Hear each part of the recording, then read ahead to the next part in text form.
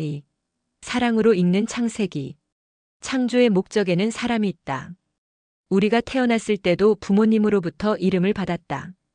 나만의 나의 이름이 있다는 것은 다른 사람들과의 구별된 존재의 가치이며 고유한 인식이기도 하다. 창세기를 보면 아담의 이름을 처음으로 부르신 이가 하나님이시다.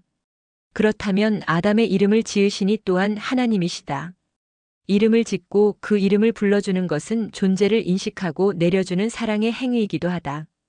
그리고 하나님께서는 아담으로 하여금 각종 동물들의 이름을 짓게 하셨다.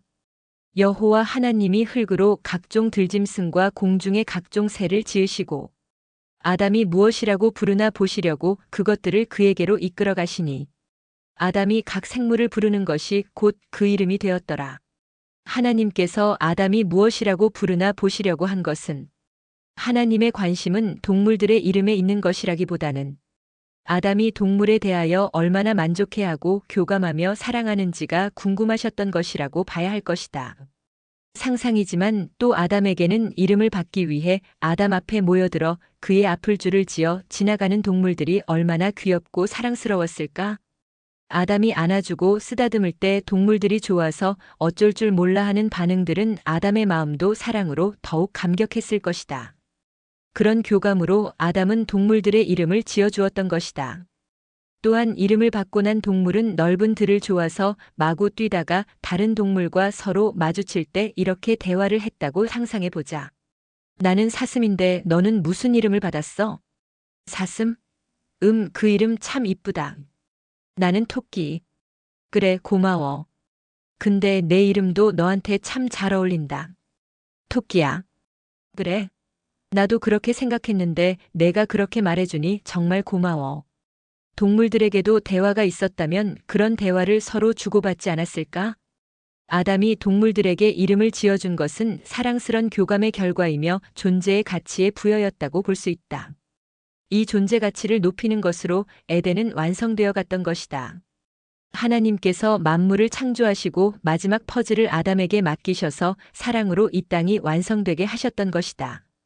물론 꾸며낸 대화이지만 이름을 받은 동물들의 대화에서도 서로를 존중하며 존재를 높이는 대화라는 것을 의미한다. 존재를 높인다는 것은 이렇게 대화에서도 서로의 장점을 있는 그대로 인정해주고 칭찬해주는 데 있다. 그리고 서로 감사의 마음을 전하는 데 있다. 이런 마음의 표현들이 사랑의 교감이며 사랑의 대화인 것이다. 우리말에도 기를 살린다는 말이 있다. 창세기의 창조에 관련한 기록들도 음미에 읽어보면 하나님의 사랑으로 가득하다. 하나님께서는 왜 천지를 창조하셨을까? 하나님께서 심심하셔서 어쩌다 만드신 것은 절대 아니다. 왜냐하면 하나님의 말씀하시거나 행위하심은 반드시 그 목적이 있기 때문이다. 천지 창조의 목적이 무엇이냐 하는 말이다. 예를 들어본다면 새 둥지를 보자. 아무리 엉성하기로 소문난 비둘기집도 비둘기가 심심해서 만든 공장놀이가 아니다. 둥지 짓고 알을 낳지 알 낳고 둥지 만드는 새가 있다는 말은 듣도 보도 못했다. 둥지를 짓고 거기에 알을 낳고 품어서 새끼를 깨고 먹이를 날라다 주고 양육을 한다. 새들도 목적을 가지고 계획하는지는 모르겠으나 자연의 섭리에 녹아있는 이것이 둥지를 만드는 목적인 것이다. 새들이 둥지를 만드는 것에서부터 새끼를 키우는 데 온 열정을 다하는 모습을 보면 가히 감동적이 아닐 수 없다. 어미는 알을 품을 때 가슴의 깃털이 다 빠진다. 혹 비가 오면 그 비를 온몸으로 맞으면서 알이나 새끼를 품는다. 그만큼 새들도 자기 희생을 통하여 새끼를 키워내고 있다. 자신과 닮은 생명을 탄생시키기 위해 온 열정과 사랑을 다 쏟아내고 있는 것이다. 여호와 하나님이 동방의 에덴의 동산을 창설하시고 그 지으신 사람을 거기 두시니라. 위의 새의 경우를 비유로 이해하면 하나님께서 온 열정과 사랑으로 사람이 거처할 에덴을 창설하시고 거기에 사람이 살도록 하신 것이다. 천지 창조가 사람을 위한 것이 주요 목적이었다면 사람은 자연의 그저 막연한 일부에 불과한 그런 존재가 아니었던 것이다. 창조주간의 매일의 진행 과정은 사람을 위한 하나님의 하심의 시간과 사건의 배열이었다. 매일 완성되어 가는 과정을 보시며 좋았다고 하신 이유도 아직은 있지는 않지만 자신을 닮은 사람을 생각하시며 그 과정이 흡족하시고 만족해 하신 이유인 것이다. 여섯째 날은 다른 날과 다르게 심히 좋았다. 고하신 이유는 모든 것이 완성된 의미로서도 그렇겠지만 거기에 사람이 있게 된 것에 대한 하나님의 만족하심의 표현이다. 천지를 창조하시는 목적의 중심에는 사람이 있다는 말이다. 하나님이 자기 형상 곧 하나님의 형상대로 사람을 창조하시되 남자와 여자를 창조하시고, 사람이 하나님을 닮은 이유는 무엇일까? 모든 생물들도 자신을 닮은 이세를 생산하고 그 닮음으로 대를 이어간다. 닮음의 이유로 특히 포유동물에 있어서는 지극한 사랑으로 양육하고 보살피는 것을 볼 수 있다. 우리가 하나님을 닮은 것은 그만큼 하나님의 사랑의 결정적 대상이며 눈에 넣어도 아프지 않을 존재라는 의미이다. 하나님의 마음이 온통 우리에게 집중되어 있으시다는 것이기도 하다.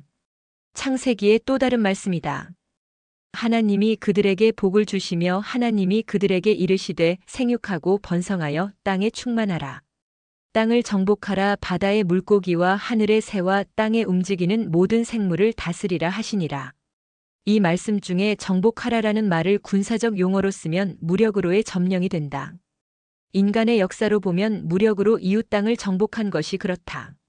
나폴레옹이 그러했고 징기스칸, 알렉산더, 히틀러, 성경 역사의 정복자 느부갓네살왕도 그러했다. 그 외에 인류 역사에서 크고 작은 모든 정복을 위한 전쟁에서도 그렇다. 무력의 사용은 폭력을 동반한다. 그 과정에서 무수한 생명, 특히 사람의 생명을 앗아갔다. 그렇게 보면 정복이라는 말은 하나님의 품성과 어울리지 않는 말일 수도 있다. 그러나 애초 하나님은 절대로 폭력적 방법으로 그렇게 하라고 하지 않으셨다. 그것은 하나님의 방법이 분명 아니기 때문이다. 처음부터 하나님께서는 사랑을 목적으로 이 땅을 계획하시고 창조하셨음을 이해한다면 정복하라는 말씀은 사랑으로 온 땅을 덮으라는 말씀인 것을 알 수 있다.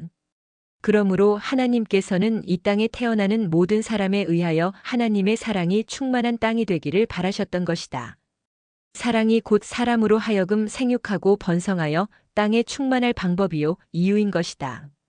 그렇게 함으로 사람의 형상 속에 하나님의 모습이 드러나게 될 것인데 하나님의 사랑과 그 품성이 그 안에 충만할 때에만이 그것이 가능하기 때문이다. 또한 모든 생물을 다스리라 하심으로 사람에게 다스림에 매우 막중한 임무를 주셨다. 오늘날의 인간 세상의 다스림의 행태로 보면 무력이나 권력의 권위로 많은 부분에서 억압적 방법으로 지배하는 것을 볼 수 있다. 억압적 방법은 한 개인이나 개체에서 존재의 가치인 자유를 제한하는 것을 의미한다. 자유란 서로 존중하여 각각의 존재의 가치를 높여줄 때 그 가치가 드러난다. 국가나 어떤 공동체에서도 마찬가지이다. 공동체에서 상위에 있다고 지배하려 들면 얼핏 보기에는 질서가 유지되는 것 같지만 실상은 그렇지 못하다. 하위 존재들은 마음이 모두 갈라져 있게 마련이다. 지배에 따르는 신흥만 할 뿐 마음은 멀어져 있다. 그래서 상위자라도 지배자가 아니라 협력자가 되어야 한다. 협력자는 구성원 각자의 특성을 잘 살려서 공동체의 목적 달성에 관한 효과를 증진시킬 수 있을 것이다. 그러므로 위의 성경의 본문에서의 협력자로서의 다스림의 권위는 하나님의 사랑의 권위가 배제되지 않는 권위를 말한다. 그렇다면 모든 생물에게도 존재의 의미와 가치를 높이는 다스림이었지 그것이 폄훼될 수 있는 다스림이 결코 아니다. 그것은 모든 생물들의 생명작용에 관한 원활한 관리를 말한다. 즉, 절대로 회초리를 든 권위의 다스림이 아니라 사람이 하나님으로부터 물려받은 사랑으로 하나님을 대신하여 무생물들의 생명작용을 돕는 일이 다스림의 일이었던 것이다.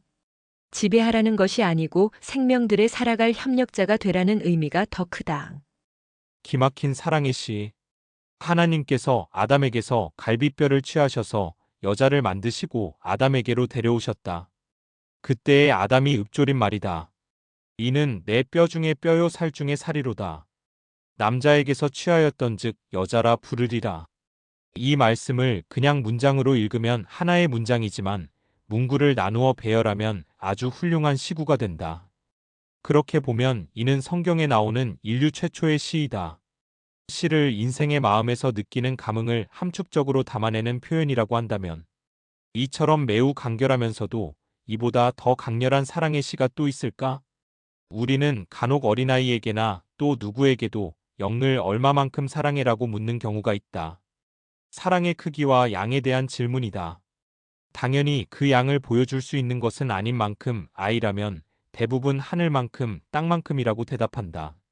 어설퍼 보이는 답이지만 곰곰이 생각해보면 아이에게는 그것이 정답이면서도 매우 훌륭한 대답이라는 것을 알게 된다. 하늘과 땅을 어떻게 측량할 수 있다는 말인가? 그러니 측량할 수 없이 사랑한다는 말을 그렇게 표현한 것이다. 아이가 아니더라도 같은 물음에 딱히 표현할 방법은 신통치 않기 때문에 누구라도 아이처럼 답하는 것도 좋을 듯 싶다. 사랑의 크기는 사랑의 대상이 내 마음에 자리 일잡은 크기에 비례한다고 볼 수 있을 것인데 아담의 시에서도 그 크기를 느낄 수 있기 때문이다. 이 시를 다시 딱 한마디로 함축하라면 너는 결코 나 외일 수 없다. 로 해석할 수 있을 것이다. 내가 나이고 내가 너임의 아담에게 하와는 피차의 구분 또는 간격이 없다는 말이기도 하다. 그렇게 아담은 그의 마음속에 하와의 존재를 측량될 수 없는 크기로 담아둔 것이었다. 이처럼 분명 하나가 아니면서 하나인 것처럼 아담은 하와를 일심동체 나라는 인식을 기막힌 시로 표현했던 것이다. 모든 호칭에도 유래와 의미가 있듯이 아담이 하와를 처음 부를 때 여자라고 한 것은 내 뼈 중에 뼈살 중에 살의 의미를 한마디로 그렇게 불렀다. 이를 유추할 수 있는 것은 문장 속에서 찾을 수 있다. 여자라는 의미는 그만큼 아담에게 있어서 하와는 소중한 존재라는 인식에 의한 사랑이 함축된 호칭이었음을 알 수 있다. 이 사랑은 하나님께서 아담에게 주신 마음이며 사랑으로 하나가 되게 하는 인간 피조물에게 기막히고 절묘한 마음의 현상이기도 하다. 그래서 인류는 단지 흙이 아니라 사랑하는 마음에서 하나님의 창조하심의 절정을 이룬다. 그 마음에서 하나님을 섬기는 사랑과 나 외의 이웃을 살피고 돌볼 수 있는 마음을 주심으로 사랑으로서 피차격이 없는 아름다운 삶을 살 수 있게 하신 것이다.